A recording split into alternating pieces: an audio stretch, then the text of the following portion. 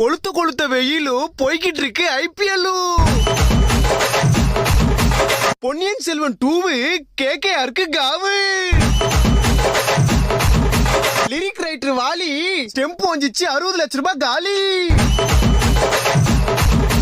2 match போச்சு, நாளைக்கு பஞ்சாப் கூட மேட்ச்.